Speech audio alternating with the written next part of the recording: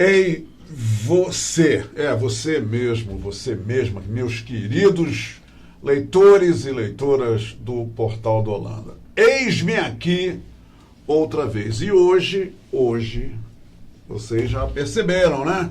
Eu, na quinta-feira, na Quinta Cultural, eu estou mais elétrico do que nunca.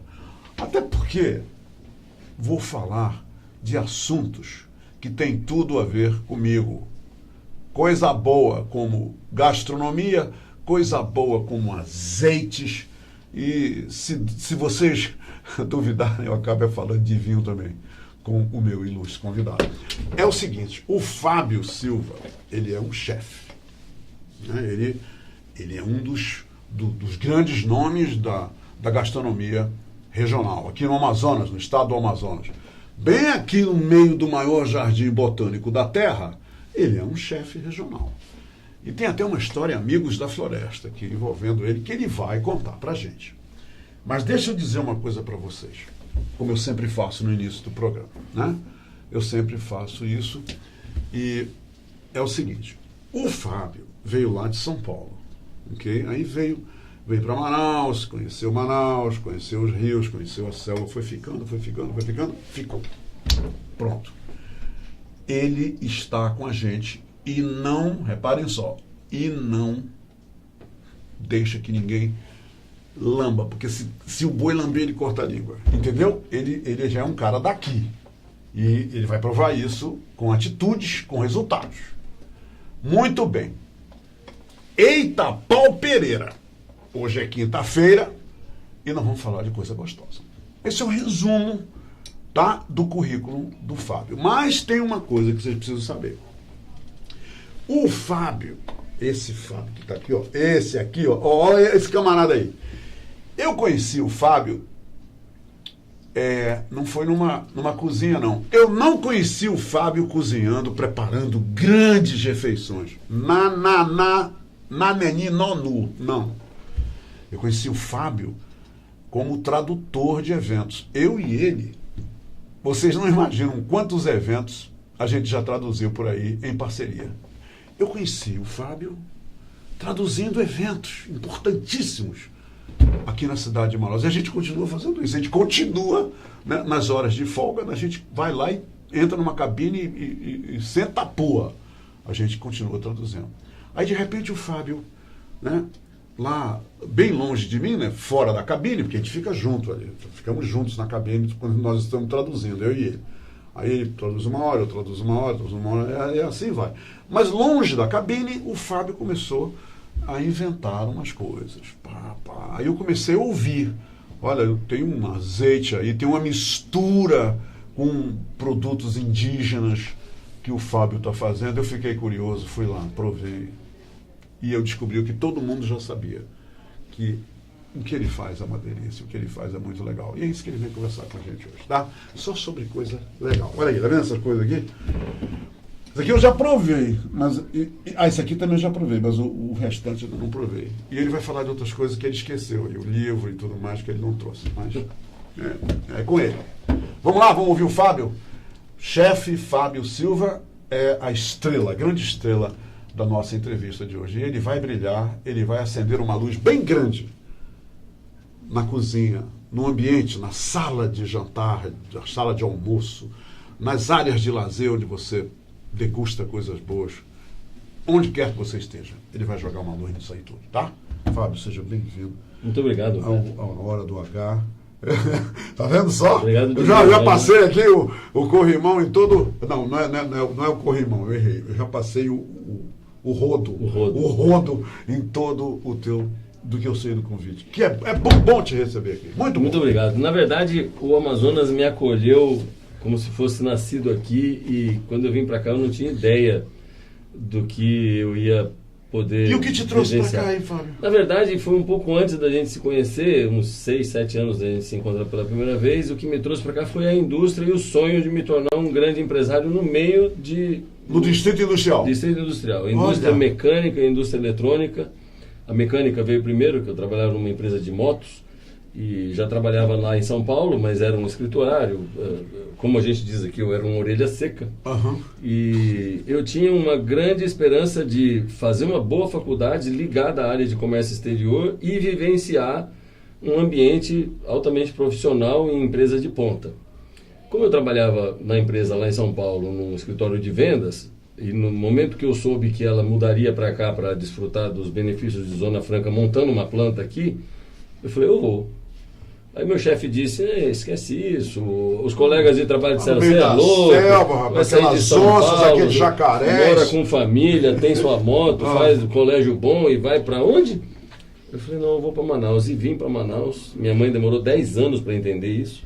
Olha só. E eu vim para cá e pelos primeiros 6 anos, 5, 6 anos, eu trabalhei em algumas indústrias. Tive sorte de trabalhar em indústrias de ponta, de crescer bem na área de gestão de materiais, de compras e procurement, e avaliação de fornecedores. Pude viajar fazendo cursos e conhecendo a administração de diferentes moldes, né, diferentes modelos, japonesa, americana, alemã. Mas esse sonho ele tinha um termo finito, porque na minha cabeça, quando eu concluísse a faculdade, eu voltaria para São Paulo e lá eu faria o resto da minha vida. E culminou que eu concluí a faculdade junto com o Collor. E o Collor, no ano que ele fez o que ele fez, ele degringolou os planos de muita gente. No início dos anos 90. No início dos anos 90. Então, como eu fiquei sem a oportunidade de dar vazão ao meu sonho de voltar, porque não tinha por que voltar, não tinha emprego, não tinha movimentação de nada. O parque industrial aqui, você lembra bem, quase fechou. Sim. Caiu pela metade a produção, mais da metade do emprego que existia. E eu pensei, poxa, eu não vou poder voltar para abrir meu negócio. Eu não vou poder ficar aqui porque não tem emprego. Então, o que eu vou fazer? Eu trabalhei 5 anos aqui com muito afinco, porque eu me empenhei muito em trabalhar bem para poder crescer nas empresas, fazendo todo tipo de curso que era possível fazer dentro da área, né, dentro do segmento industrial. E acabou que eu morei 5 anos aqui e não sabia o que era aqui. Eu não tinha noção do que era o país diferente que a Amazônia representa. Tu estás falando agora do que te cercava, né? O teu olhar não estava voltado para as belezas eu naturais. Trabalhava 12 horas por dia, estudava 4, 5 horas por dia, quando muito uma vez por semana ia dançar uma lambada, que era o coqueluche da... Aposto que era lá no Cala Amazônia. Com certeza. Pronto, então vai lá. E aí o que acontece é que quando eu parei forçadamente, porque o Collor tirou as oportunidades, eu me desliguei da empresa, não por vontade própria, mas eu falei, poxa, eu aprendi tanto, mas não conheço o local onde eu aprendi. Então eu vou aprender. E como eu morava sozinho, era solteiro, não tinha grandes responsabilidades e tinha um caixa que me permitia me mover por um certo período, eu falei, março de 90 foi quando aconteceu o pico das mudanças. Eu falei, eu vou ficar até dezembro voluntariando. Eu vou fazer o que pedirem para mim fazer e o que for do agrado de pessoas que precisam que eu faça. O que eu não souber, eu vou aprender. O que eu souber, eu vou ensinar e vou fazer isso até que meu dinheiro acabe ou até que chegue dezembro, o que vier primeiro. E fiz. Levei menino para a escola, ajudei a construir casa, aprendi a remar, fui pescar, limpar terreno, jogar dominó, que eu não sabia como se joga o dominó aqui na Amazônia. Para quem não sabe, o Amazonas ele tem um jeito peculiar de contar pontos e jogar como se fosse um truco. Né? O dominó, que é um negócio envolvente. E aprendi muitas coisas. Conheci o povo como ele vive, como ele é. Nas dificuldades, nas festas, nas brincadeiras, no trabalho. E isso me fez muito bem como pessoa. Eu cresci de forma diferente do que eu vinha crescendo com estudos e trabalho. E quando chegou no final do ano, a poeira já tinha assentado, já havia um novo vislumbre da economia. Eu falei, bom, agora eu vou para São Paulo e vou estudar a possibilidade de montar meu negócio lá, ou de arrumar um novo emprego, começar outra história lá. E antes de eu ir embora, ou planejar a ida, eu fui atender a uma vizinha que trabalhava num hotel no centro de Manaus. E ela, com o marido que ficava indo e voltando para a Europa, ela recebia os turistas mochileiros, pessoas de mais aventura. Um hotel lá no centro da cidade, um hotelzinho no centro da cidade, um hotel de simplicidade, não era um hotel elaborado, nem havia naquela época. E o fato é que o marido na Europa mandou uma família de alemães e ela, sem falar inglês, alemão ou um português de grande qualidade, pediu que eu fizesse a tradução do que os alemães iam fazer no interior. Pronto. Eu falei, mas que interior? Porque eu não conhecia mais do que o Rincão das Águas. Sim. Não, eles vão passar 3 dias na selva, vão fazer pescaria de piranha, vão conhecer o jacaré, vão nadar no lago do Janauacá, vão... Falou uma lista de coisas que ela queria que eu só explicasse para os alemães, para que os alemães fossem sozinhos. Entendi. Eu falei, mas se eu que estou aqui não consigo explicar, que dirá o alemão recém-caído de paraquedas? Como que ele vai fazer isso? Como que ele vai confiar no que eu vou falar? Claro. Eu não vou conseguir fazer essa tradução. Eu não tinha nem aquele vocabulário que precisava ser usado para que eu explicasse para eles o que fazer. Eu não senti confiança em fazer isso. Eu falei para ela, foi a primeira vez que eu disse não naquele ano para alguma coisa que me pediram. Eu falei, olha, eu não tenho garantias de que eu vou passar para ele uma coisa. Não tenho firmeza para fazer isso, né? E se daqui para ali, o que vai acontecer antes de ele atravessar o rio, eles se esquecem, desconfiam ou se perdem, como é que vai ficar quem deu a informação? Eu não tenho como fazer isso. Isso tudo, para você estar falando, foi o início da tua carreira como guia, como tradutor? Não exatamente, porque eu também estava estudando ainda inglês e a minha formação era mais voltada para a indústria, para o relacionamento de comércio exterior, não tinha essa visão da natureza, o diálogo que eu consigo manter. O que foi que te trouxe para as línguas, para a tradução, então, depois dessa história? O idioma em si, ele já era uma paixão desde menino, porque são 2 coisas que eu faço desde criança. Buscar compreender idiomas, porque é uma paixão. Eu escutar um idioma que eu nunca ouvi falar e que não tenho noção de que significa, para mim é música. Porque aquilo é um deleite de ver como as pessoas se comunicam com a forma nova e misteriosa, para quem não conhece. E se entendem, se amam, e se brigam, e fazem tudo na vida. E cozinhar. Cozinhar, eu cresci dentro de cozinha, com mães, com avós, com grandes famílias. Quer dizer, o cozinheiro estava já dentro de ti. Ele estava em fogo manso. Desde a família. Estava no lume baixo ali, fazendo uma cocção, não estava pronta a massa ainda. Quando começou essa tua descoberta dos ingredientes da Amazônica, da culinária amazônica? Nessa viagem, porque quando eu disse não dá para mim fazer essa assistência para os alemães, a pessoa falou, eu não tenho como resolver meu problema. Vá com eles. Entendi. Eu te pago 2 cervejas e tu passa o final de semana com eles. Eu falei, poxa, uma proposta dessa é irrecusável.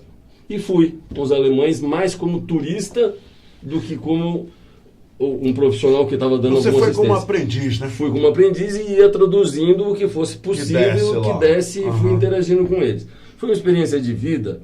Porque mesmo eu tendo sido escoteiro quando menino, mesmo gostando de aventuras e viagens, eu nunca tinha pensado em viajar como foi aquela viagem. Nós passamos 3 dias sem uma estrutura urbana mínima necessária. Era um tapiri, que para quem não tem aqui a visão da Amazônia, tapiri é um casebrinho feito na marra, de palha, com palha e o pedaço de pau que você achou. O banho era dentro do lago do Janauacá.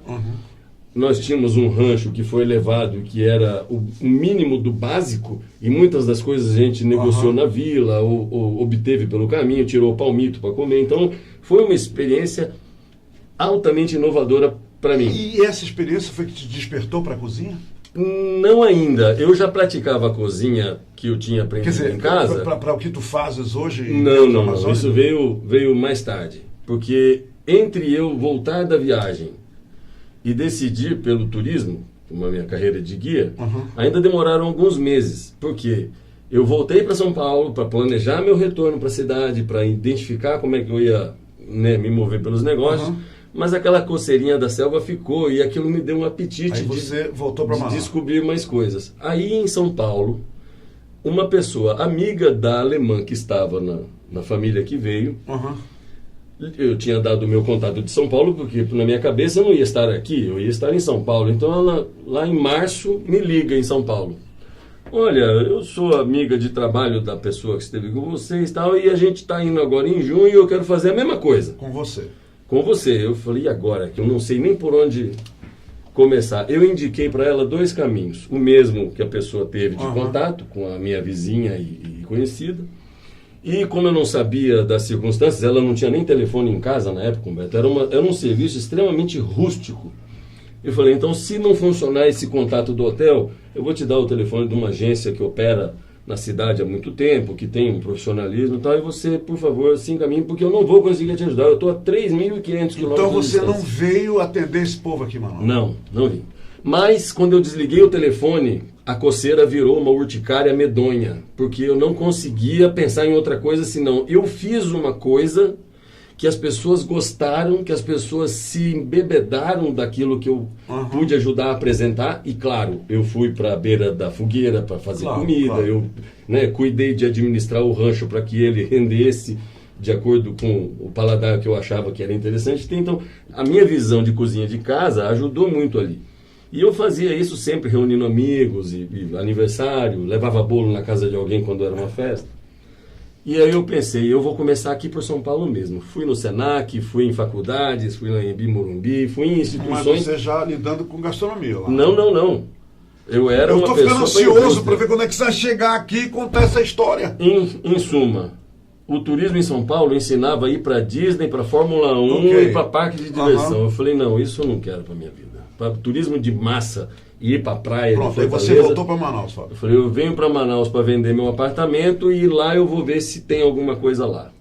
Cheguei aqui num dia, fui no banco, na fila do banco uma pessoa me perguntou se ia demorar porque ela tinha que pagar o curso da filha no Senac. Quem era essa pessoa? Um desconhecido, não sei, não lembro nem do rosto. Mas eu perguntei, que curso que sua filha vai fazer no Senac? É guia de turismo. Eu falei, não pode. Não pode ser uma coincidência tão grande. Saí da fila do banco, nem fiz a minha operação no caixa, porque eu quis ajudar o cara. Fomos no Senac, ele deu o jeito dele e eu perguntei para a moça, como é que é essa história do curso de guia? Começa na segunda-feira, são 11 meses de curso, você tem que ter 2º grau, idioma e dedicação. Me dá uma ficha. Você fez o curso de turismo? Fiz o curso de guia de turismo, me formei já trabalhando, porque aí eu já entrei com estágios e conheci pessoas que me ajudaram muito. E quando é que você começou a fazer isso aqui? Em todas as viagens que eu fazia, eu dava um palpite na cozinha, ou na mesa, ou no serviço, ou apresentava o que se tinha de serviços de alimentação, de um modo que os passageiros que vêm para o Brasil pudessem conhecer o que a gente come de verdade. Ok. Porque... você bem sabe, um caldo de piranha bem preparado e servido no café da manhã é uma coisa altamente diferente, mas que vai te alimentar o dia todo. E o sabor daquilo, o perfume das frutas que a gente tem, a variedade que isso representa. Então, é uma coisa que você não cansa e não cessa, nem de aprender e nem de ensinar. Então, foram 25 anos de trabalho com turismo como guia. Nesse período, em vários momentos, eu fazia um apoio ao serviço gastronômico e fui me especializando em áreas diferentes, turismo de aventura. Você, então, a culinária, o que você fez? Aprendeu fazendo? Foi a culinária amazônica? Eu aprendi fazendo, porque nesses 25 anos viajando, eu viajei... E aí eu já entendi. Todo o tempo que você era guia, você estava indo na cozinha e aprendendo. Mas quando a gente fala guia... não é só o guia em torno de Manaus. Eu viajei do Peru ao Atlântico, do Mato Grosso à Venezuela. Sim. Então essa experiência foi em vários lugares. O que você come aqui, você não come no Alto Rio Negro, no Médio Amazonas, no Alto Solimões. Cada canto da Amazônia tem uma culinária muito distinta, muito variada, muito rica. E eu fui aprendendo sobre essas coisas. E sempre que podia, levava para casa e fazia para os amigos, fazia para mim mesmo. Isso foi que tornou você um chefe regional, quer dizer, voltado para a culinária mais ou menos local, né? E que de repente... criou essas coisas. Em 2002, já quando eu trabalhava com você em eventos de tradução, eu sentia muita dificuldade, me especializei em eventos com a Patrícia Marinho, com o Sebrae, com o Senac em 2000 e 2002, abri uma empresa de eventos e comecei a desenvolver minha própria temática de eventos, explorando os temas que eu achava eram relevantes para desenvolver os assuntos em si e a Amazônia. O primeiro deles foi um encontro internacional de direito ambiental. E eu trouxe muita gente de fora, estudantes da Amazônia e profissionais do direito ambiental na Europa.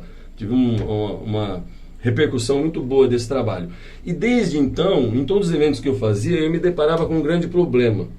Como colocar a gastronomia, que fosse um coffee break, um lanchinho, para que as pessoas desfrutassem do contexto do seu trabalho também na gastronomia. Porque o que acontecia muito, e naquela época muitas das empresas não tinham tecnologia local, trazia tudo de fora, então você ia comer alguma coisa, era volavente. Você ia comer alguma coisa, era um bolo de trigo. Era tudo de fora, adaptado à condição local. Eu falei, não, isso não está certo. Chegou um determinado ponto que eu comecei, entre os amigos de trabalhos diferentes, que o guia ele também não consegue, naquela época principalmente, se manter totalmente per si. Ou ele está viajando, então ele está fora do domicílio, ou a renda dele não é plena para que ele evolua de várias formas. Então eu comecei a fazer sanduíches para atender os eventos com quem eu tinha rotina de trabalho. E ao invés de fazer os sanduíches tradicionais que todo mundo fazia, eu fui fazer jacaré à jardineira, eu fui fazer lombo assado no vinho, eu fui fazer coisas que eram diferentes. E isso deu resultado. Mas quando o resultado me cobrou uma dedicação maior, eu falei, ou eu faço direito, bem feito e cresço na área, ou então eu vou ficar só emprestando e trocando 6 por meia dúzia. Claro. Em 2009 eu optei por fazer direito. Aí eu entrei dentro da carreira de gastronomia pelo curso do CIESA, Tecnologia da Gastronomia, fui profissionalizar o que eu já sabia e aprender o que eu não sabia. Você foi para a academia para pegar o teu certificado, para fazer o que precisasse ser feito. Muito bem, agora vamos fazer o seguinte, eu vou fazer um comercial rápido e quando nós voltarmos nós vamos falar de gastronomia, tá? Agora a gente já sabe tudo sobre tua carreira de guia, agora é só gastronomia. A gente volta já, tá? Já. Se quero te amar e te amar e te amar muitos anos, cuida bem de mim. Então misture tudo dentro de nós. Ei, nós estamos de volta e agora eu vou começar a entrevista com o chefe, ok? Fábio Silva. Ele não vai mais falar sobre guia de turismo, vai falar sobre selva, nem navios, nem viagem por aí. É só sobre gastronomia. Eu queria saber o seguinte, na tua opinião, isso é uma preocupação minha, por que ao promoverem o turismo amazônico, e eu já presenciei em vários lugares, nos grandes centros do mundo, manifestações de promoção do Amazonas, nunca se inclui a gastronomia. Quer dizer, eu vejo as índias lindas, maravilhosas de Parintins dançando. Eu já vi em vários países da Europa, acompanhei inclusive a comitiva de promoção do Amazonas na Europa e nos Estados Unidos. Sempre colocam uns pajés, uns garotos, corpos esculturais, e as garotas também dançando, pulando para lá e para cá. Aí eles botam um colarzinho no pessoal lá. Eu não sei o quanto isso traz turista para cá, mas deve trazer porque os caras usam em tudo que é evento lá fora. Agora eu olho e não tem gastronomia amazônica. Sabe o que eu vi na Espanha? Sabe o que eu vi em Milão? Sabe o que eu vi em Madrid? Eu vi até em Toledo uma vez. Sabe o que eu vi em Lisboa? Sabe o que eu vi em Viena? Isso são todos lugares que eu acompanhei. Sabe o que eu vi em Berlim? Que eu vi em Nova York? Que eu vi em Miami? Que eu vi em Los Angeles? Que eu vi em Washington? Balinha de cupuaçu. É um negócio que me incomoda. Entendeu? Chegar num grande evento de promoção do Amazonas e as meninas lá, as cunhã-porangas e os pajés lá, distribuindo balinha de cupuaçu e pegando o cartão de visita dos caras lá. Por que, você que já descreveu tudo sobre turismo da tua carreira profissional, por que a nossa culinária não é valorizada e levada nas promoções do Amazonas? Olha, primeiro porque um erro é comum em todas essas promoções. Então você concorda que está sendo mal feito? Concordo que está sendo feito de forma incompleta, porque o que é feito, às vezes é muito bem feito, mas é incompleto, porque a gastronomia é a história do Então povo. Você concorda que a gastronomia nossa não está presente na promoção? Não está presente como poderia, como merece estar. Mas é incrível. Olha, Humberto, eu vou te dar um dado importantíssimo. O tacacá, que para a sua audiência que não conhece a região amazônica, o tacacá é uma sopa regional. E é indígena, né? É indígena, raiz pura. Não é uma sopa nos moldes convencionais, que você faz a sopa e leva para servir, não. Você monta a sopa na hora de servir, ao gosto do cliente, porque ele pode não querer um ingrediente. Jambu, aí alguém botou um camarão lá. O camarão é influência do português, mas sei. O peixe lá seco Pará, ainda se vê em alguns pontos. Então, quando você monta os 5 ingredientes juntos na hora de servir, você faz isso ao gosto do cliente. Quentinho, né? Não é um prato bonito, venhamos e concordemos. Mas é gostoso. O prato, ele é tão estranho. Não se diz a aparência, assusta os turistas, né? Assusta, porque a aparência cor é preta, assusta o turismo. cheiro é particular, a mistura de goma da mandioca com o tucupi, que é um caldo estranho. Mas eu nunca o vi jambu. ninguém explicando isso em termos amazônicos para trazer gente para cá. É um negócio tão maravilhoso. O fato que eu quero te demonstrar é, em termos de comida regional no mundo, é o prato mais importante do planeta. Porque ele é servido numa área que, se fosse um país em si, seria o terceiro maior país do mundo. Você come tacacá em Roraima, em Rondônia, no Acre, na fronteira do Peru com o Brasil, em Belém, em Altamira, na fronteira já com Tocantins.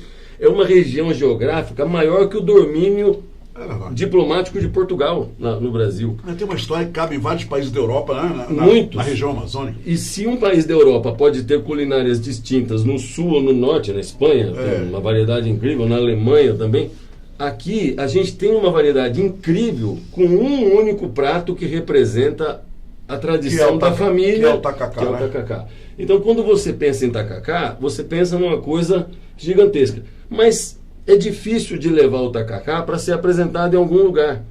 Porque ele é tão único que eu costumo brincar. A comida em si já é uma viagem. Não, você acha que é difícil levar os ingredientes, preparar o tacacá lá em Berlim, por exemplo? Não. Difícil levar os ingredientes não é em qualquer circunstância no mundo todo. Hoje a logística... Não, leva a tacacazeira também. Porém, o tacacá, ele tem um sabor tão único que eu sempre recomendo que quem nunca provou, prove em 3 ocasiões diferentes para construir a memória gastronômica e entender o significado do tacacá. Porque você pode gostar muito de camarão, mas no tacacá achar que ele não fica bem. É um gosto pessoal.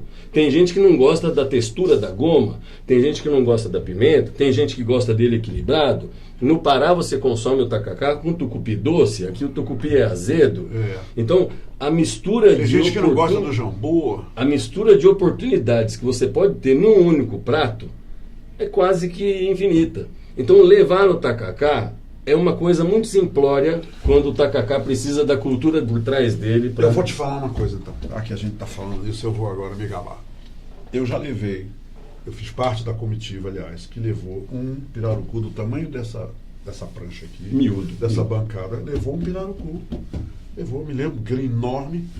Nós levamos para Tóquio. Nós vamos para Tóquio. E o cozinheiro do Hotel Tropical, que acaba, infelizmente...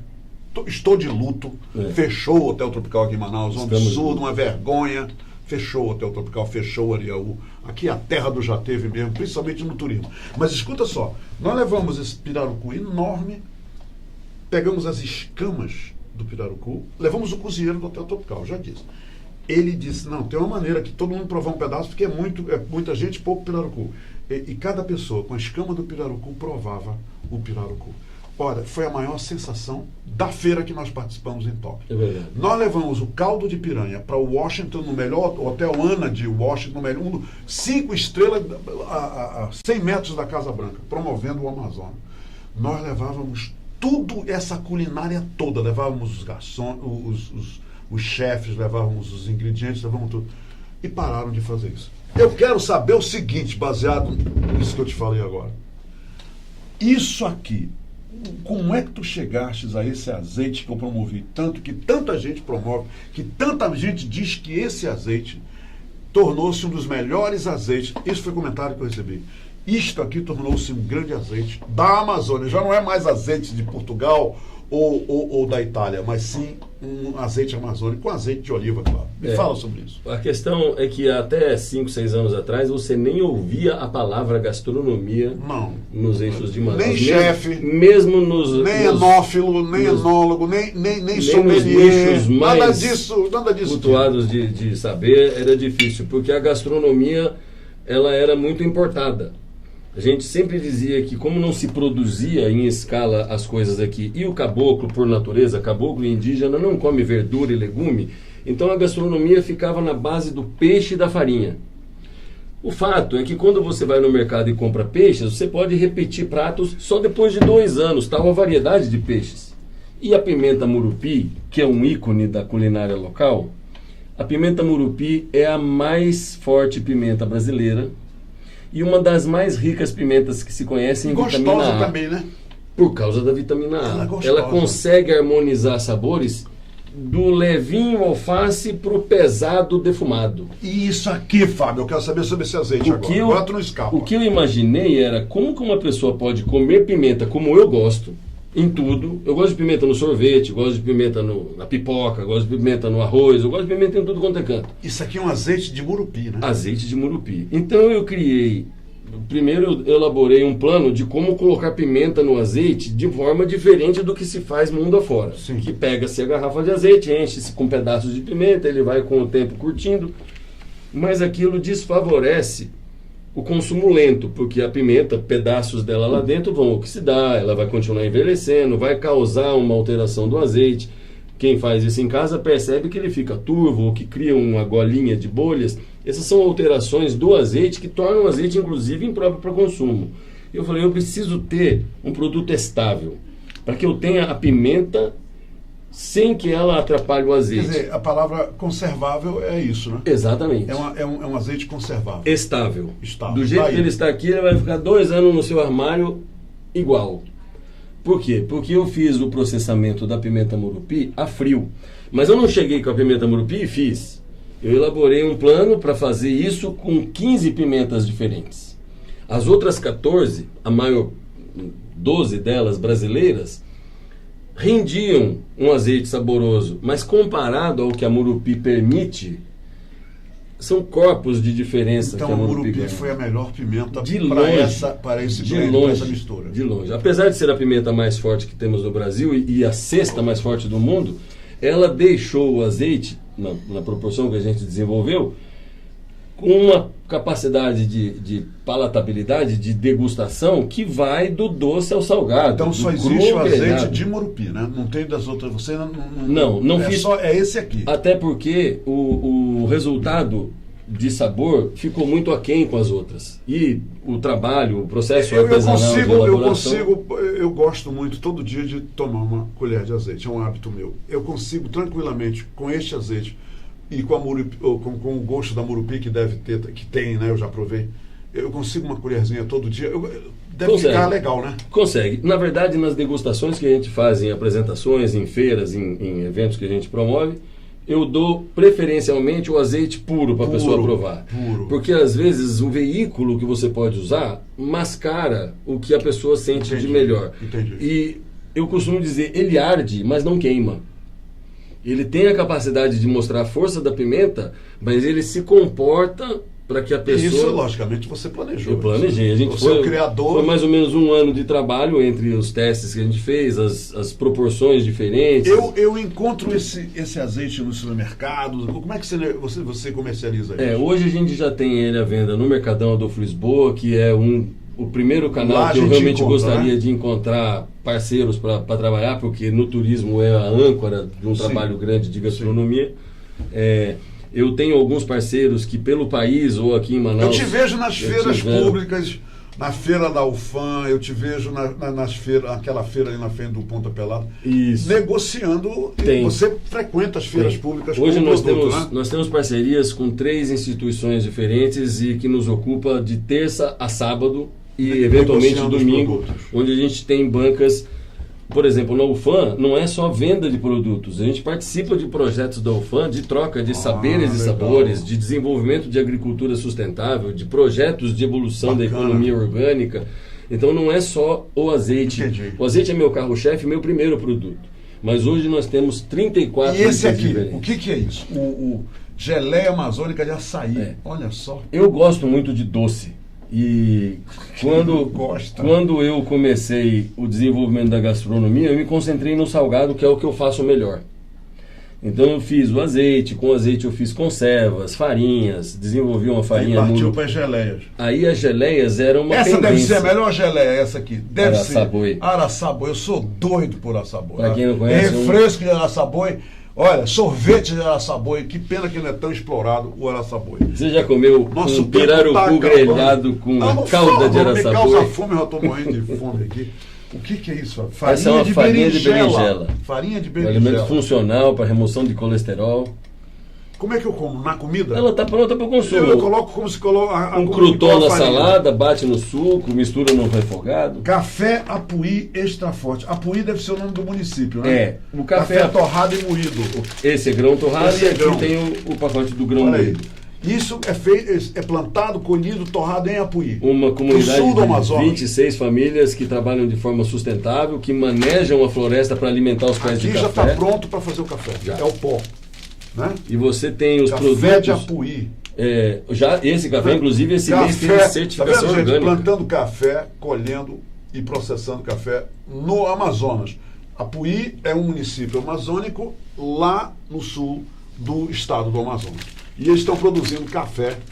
Olha só, lá que certificou-se como orgânico agora. No mês que vem já temos a embalagem com orgânico vindo para Extra Forte. Ah, meu Deus, café muito gostoso. O fato é que a gastronomia ela cresceu de tal forma que a gente desenvolveu cardápios de forno fogão nos eventos que eu promovo ou que eu sou convidado, eu tenho condição de fazer. Esse telefone que está aí, Fábio, que o Paulo está mostrando, as pessoas podem entrar em contato com Pode, é o nosso telefone direto. Você faz a gastronomia em delivery, né? Faço. Você vai lá na casa das pessoas... Eu entrego se for necessário, eu vou lá e ensino a fazer quando preciso e vou lá e faço quando querem. Tudo isso, é só convocar você. Tanto a culinária autoral quanto as de diferentes estilos, do crudivorismo, vegetarianismo até o bom churrasco, se for o caso. Churrasco de peixe. Fábio, obrigado, meu irmão. Obrigado. Foi bom me entrevistar. Parabéns pelo sucesso do que você está fazendo. E lá na feira, na UFAM, que é na primeira semana de todo mês, tem a feira do INCRA, que eu já te vi lá também. Sim. Tem ali na André Araújo, né? Aí tem a feira lá do... Acabou aquela feira lá na frente do Ponta Pelada? Não, ali ela continua, só que por uma questão de logística e melhores condições de atender o público, a gente passou no sábado de manhã, que é a data dessa feira, para o Shopping Ponta Negra. No Shopping então, Ponta Negra. A gente tem o Shopping Ponta Negra de sábado, de quarta. Você tá lá, né, Fábio? No Suma Uma de terça, no Plaza de quinta, na sede da CEPROR. Todas são feiras realizadas. Na sexta-feira. Lá no Plaza é aquele lá na João Batista. Lá tem uma feira também? Tem. Todas elas no Plaza de quinta-feira hoje. Eu vou sair daqui a pouco eu vou pra lá. Olha aí. Quer conhecer tudo isso aqui? Quer conhecer tudo isso aqui? Quer? Aqui. Tá vendo aqui? E tudo você degusta. Isso aqui tudinho, vocês querem conhecer como eu conheci? Tudo isso você degusta na hora lá com ele. De conhecer lá na feira do Plaza. Lá na feira do Plaza. Agora, você vai sair daqui e vai pra lá. Daqui a pouco eu vou lá. A partir das 16 horas, durante a semana, em todos os shoppings. E no sábado de manhã, lá no Shopping Ponta Negra. Dá pra sentir o cheiro. Obrigado, Fábio. Roberto, parabéns. Prazer, obrigado pelo convite. Isso é maravilha. Tá? E vamos traduzir. Tá, traduzir as coisas em sabores, se for o caso. Gente, obrigado. Né? Volto amanhã e amanhã eu vou falar de vinhos.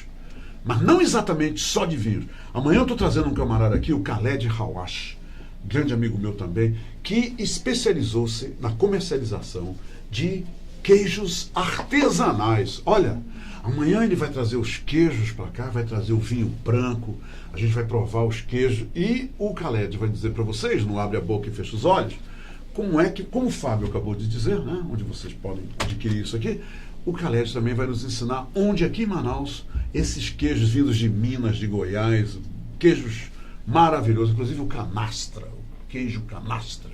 Tudo isso ele vai explicar pra gente amanhã. Não abre a boca e fecha os olhos. Tá? Tchau, gente. Tchau, obrigado. Obrigado, pessoal.